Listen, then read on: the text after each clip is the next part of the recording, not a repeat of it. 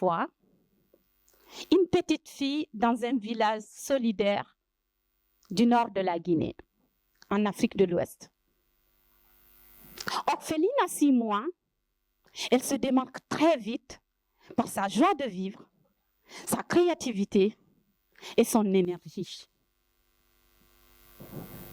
J'étais cette petite orpheline, issue de familles modestes, très attachée à la culture. Mon avenir était tout tracé. Après l'épreuve de l'excision, j'apprendrai à faire les tâches ménagères. Si je suis sage, je me marierai à mon adolescence. Et alors, j'aurai un avenir de femme respectueuse derrière son mari. Personne n'aurait cru qu'un jour, je serais ingénieure informatique, chroniqueuse radio, ambassadrice de l'égalité des chances en 2022, nominée au trophée des femmes engagées dans la tech en 2023, et encore moins qu'en 2024, je figurerai dans l'annuaire des top 100 personnalités en France dans le numérique. Personne. Mettre les gens dans des cases. Vous avez forcément entendu cette phrase quelque part. Une facilité de notre société.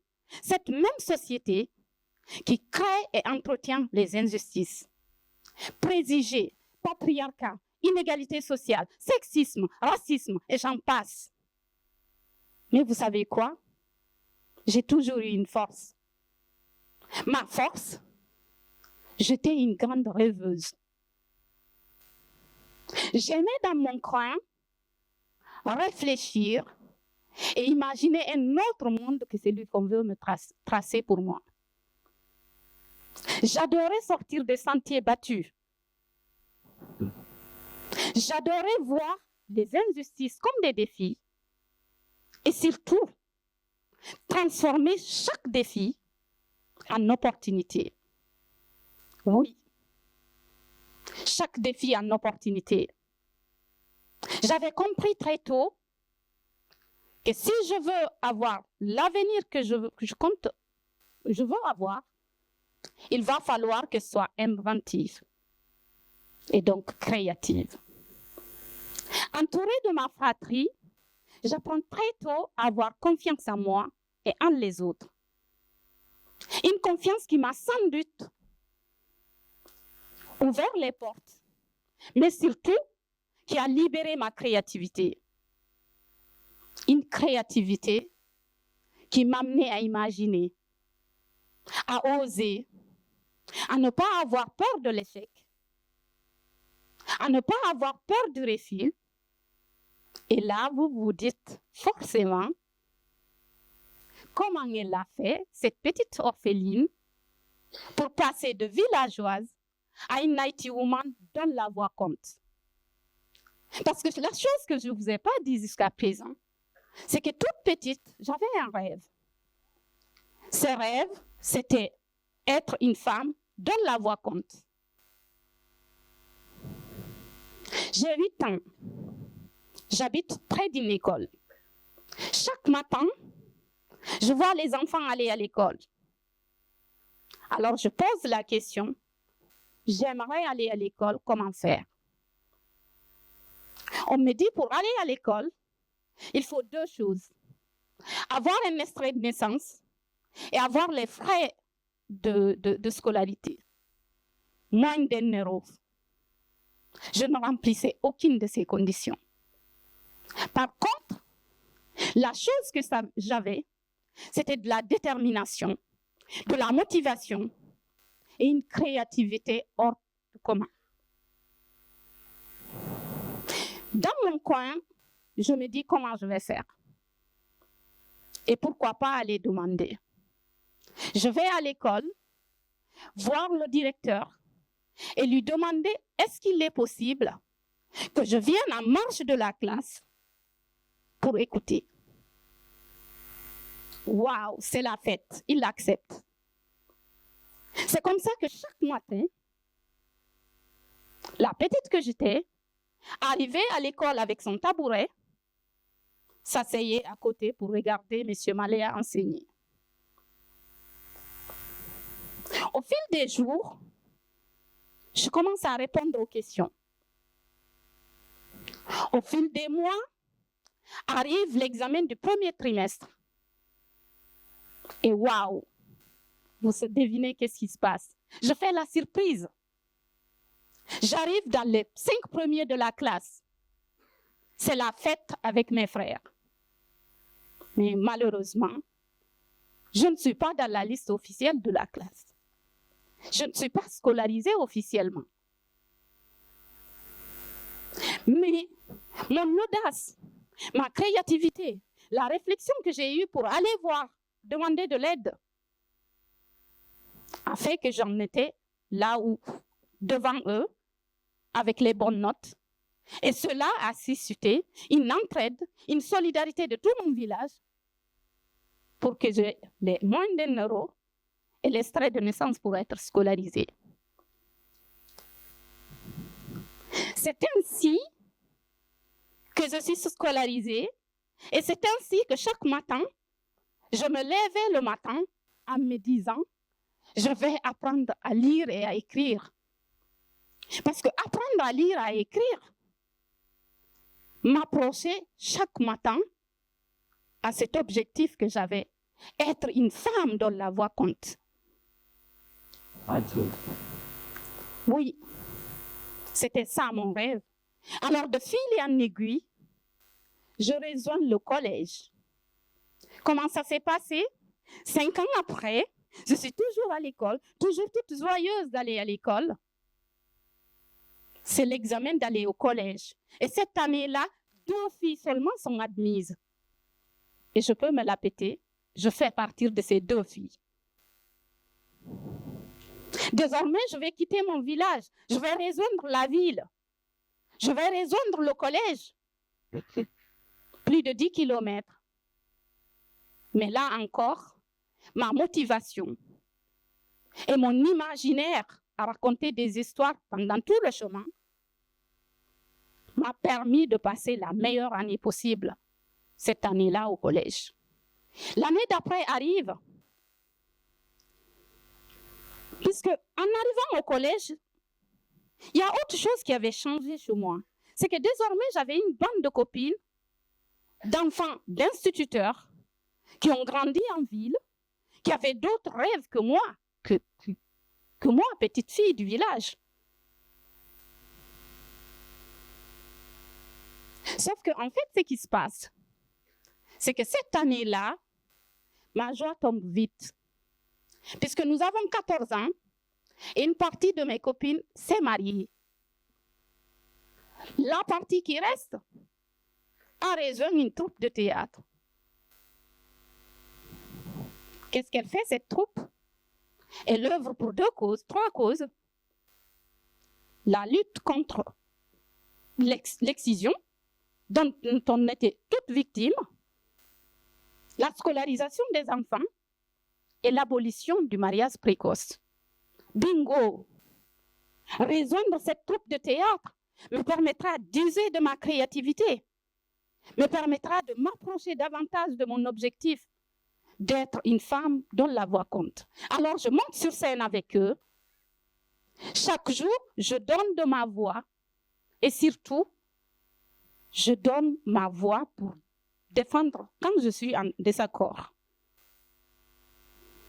Cette troupe-là m'apprend à imaginer encore davantage, d'imaginer comment parler aux gens quand ils ne sont pas d'accord avec nous. Comment dialoguer avec une personne qui n'est pas d'accord avec nous, puisque le monde, c'est comme ça. Le monde, son avantage, c'est d'avoir des désaccords et apprendre à dialoguer sans se singuler. Mais autre chose arrive, c'est que je n'avais pas prédit, c'est que le théâtre va me présenter mon premier rôle modèle qui va alors inspirer mon avenir. Dans un film, je vois une femme qui joue l'experte informatique. Alors là, je rentre toute joyeuse. Jusque-là, mes frères, j'avais une bande de fans derrière moi, mes frères et ma sœur. Je suis allée à l'école. Mais là, cette fois-ci, je vais faire de l'informatique.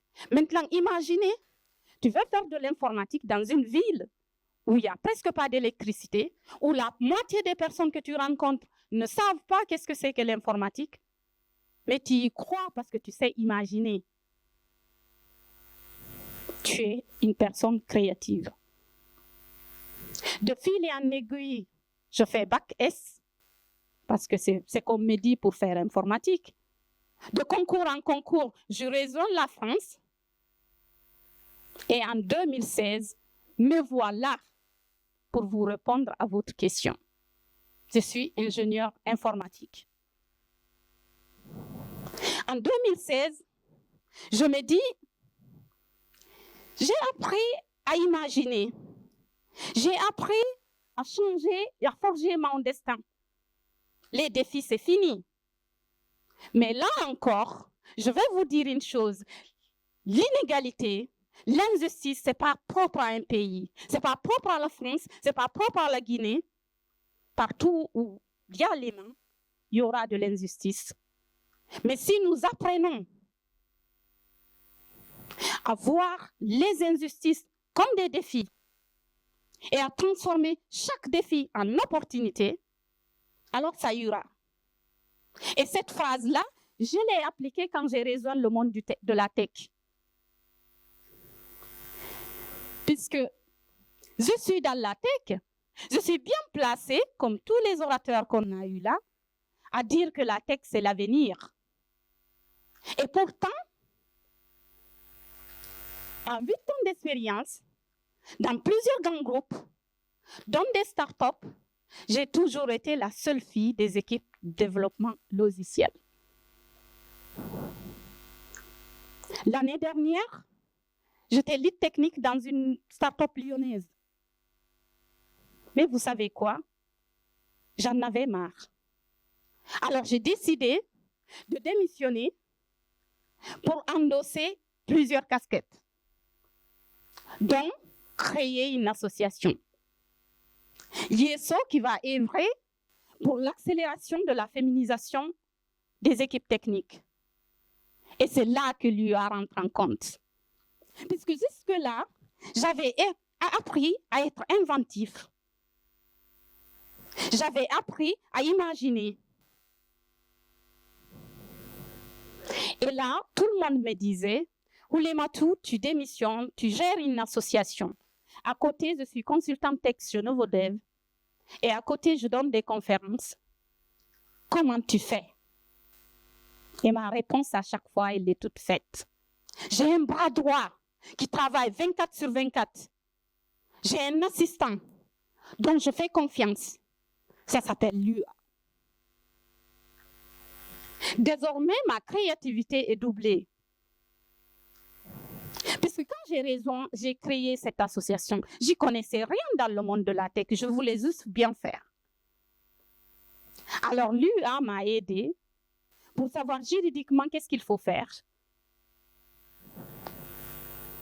Dans cette association-là, nous mettons en place une campagne de rôle modèle de femmes tech pour inspirer plus de femmes à rejoindre la tech. Et ça demande beaucoup de travail, puisque c'est des interviews. Toutes ces interviews-là, l'UA est là pour m'aider. L'UA est là dans mon quotidien de technique, puisque malgré que j'ai de l'expérience, devant mon ordi, parfois c'est le trou noir. Et ce trou noir-là, avant, je faisais de la veille technologique. J'allais dans des conférences, je discutais avec tous les techs. Mais aujourd'hui, je le fais autrement, grâce à l'UA. L'UA est dans mon quotidien, sur mes contenus LinkedIn, sur tous mes contenus visuels, sur ma communication, sur ma performance au quotidien, sur mon organisation en tant que maman. Il est partout. Mais on va aller plus loin, vous et moi. Grâce à l'UA qu'on a dit il est capable de beaucoup. Plusieurs personnes l'ont dit. On va changer l'enfance que j'ai eue. Imaginons vous et moi, associés. On crée une application UA pour sensibiliser sur les avantages de la scolarisation. Puisque, au final, je n'étais pas scolarisée parce que ma famille ne m'aimait pas. C'est juste que peut-être, ce n'est pas tout le monde qui sait les avantages d'aller à l'école. Alors, vous et moi, grâce à l'UA, on créerait des contenus qui vont s'adapter à chaque communauté, qui va inclure les relations culturelles, qui va inclure comment les gens réfléchissent pour sensibiliser davantage. Mais on ne s'arrêtera pas là. Notre UA créera une radio, écoutée par chacun, dans chaque langage. Vous et moi, on démystifiera le droit d'aller à l'école et ce devoir que nous devons tous avoir.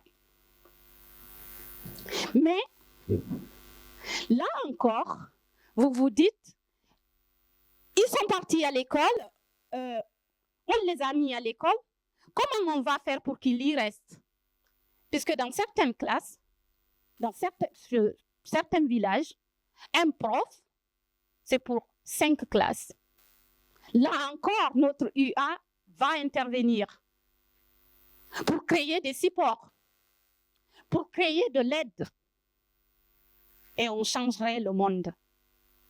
Pour finir, je voulais vous partager que les injustices, il y en aura toujours.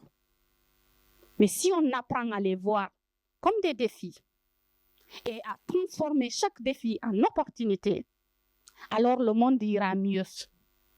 Et aujourd'hui, avec l'UA, on saura le faire, vous et moi, et plein d'autres. Je vous remercie.